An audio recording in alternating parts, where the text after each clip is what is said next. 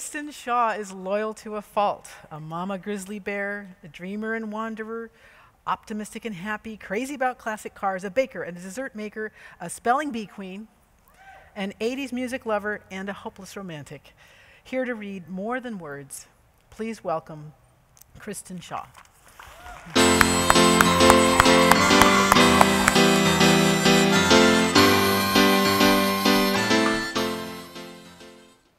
Okay, everybody breathe with me for a second. Thank you. The baseball set is brand new, surely purchased from the local store my father frequents quite often. So are the badminton set and the bubble wands, laid out neatly on the table in the screened-in porch. The bicycles have been pulled from the ceiling hooks in the garage and set up side by side, waiting for young riders to take them for a spin. And the pool is clean and ready. Floaties and noodles and water toys standing by for playmates. There's a new Lightning McQueen kickboard, still in its plastic wrapping. This is all my dad's handiwork, and it's from him that I have learned that these are the ways he says, "I love you," without a single word. It took me a long time, on a long and twisty road, to learn this message. When I was in college, I was assaulted, and I subconsciously turned to food. I quickly developed a full-fledged eating disorder. My mother discovered my secret when I was home for the summer, and what followed when I got back to school that fall was a series of hour-long sessions with a counselor specializing in eating disorders. Dr. Lee was a tough, ex-military man with a soft heart who coached me through my challenges. I was starting to feel as though I was getting control of my life again when he said the words that sent fear into my heart. "It's time to bring your family in." I don't remember how we got to Dr. Lee's office or walking into the room, but I remember the rest clearly. Their faces at that moment will be forever etched in my memory. Mom, looking worried and pale. Dad, stoic and quiet. And my sister, my little sister, bewildered and scared. As the conversation progressed, Dr. Lee asked me to diagram my relationships with each member of my family. 1 line equaled weak. 2 lines equaled strong. The first lines I drew were from my name to my mom's. There was no question in my mind about that one, and I confidently drew 2 lines. Next up, my sister. That was easy, too. We fought like alley cats when we were younger, but once we were both in high school at the same time, we became the best of friends. I again drew 2 lines. When it came to drawing the lines from me to my dad, I hesitated. Tears sprang to my eyes. I drew 1 shaky line, and I put the pencil down, looking at my feet.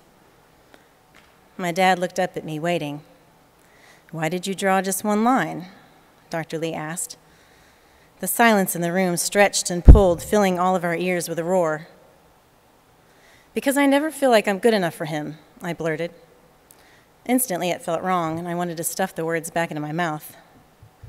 I blamed him for my confused, conflicted, messed-up teenage head. I could not see what was right in front of me. A father who was always present, who quietly took care of my family, and loved my sister and I more than he loved himself. At that moment, I was incapable of seeing the truth. After the session, my dad's assignment was to write me a letter to tell me how he felt about me.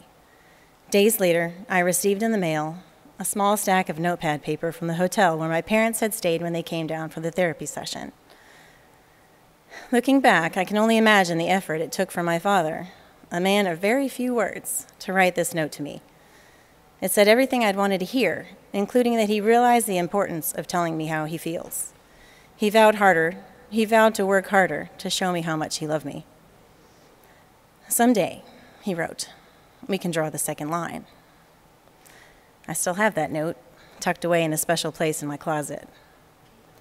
Even though it was not his fault, not even a little bit, my dad took the blame for our relationship on his shoulders without protest. He did what he's always done, supported me quietly, lovingly, and completely. And years later, when my marriage fell apart, it was my dad who sat down with me and helped me figure out how to set a budget so I didn't have to file a bankruptcy. It was my dad who offered to come to Atlanta and pick me up and bring me home. It was through my experiences with my dad that I learned how to recognize love. And when I met my second husband, I was ready to see with my head and my heart and not just my eyes and ears. See, the problem wasn't that my dad didn't tell me how he felt. The problem was I expected the words to make me feel loved, when in fact it was all the ways he showed me he loved me that I had to learn to see. And this is what I will teach my son. Love is someone who replaces your soap when it's getting too small to use. Love is someone who fills the gas tank in your car so you don't have to do it. Love is someone who doesn't tear you down and celebrates your successes. Love is someone who takes your side and fights for you. Love is someone who says, I believe in you. We can do this together. Love means that the words, I love you, are just the beginning. Apparently, I was a slow learner, but I finally understood. My dad's brand of true, sincere, solid, quiet love means more than all the I love yous in the world. Dad, I hope you know that I drew the second line a long time ago.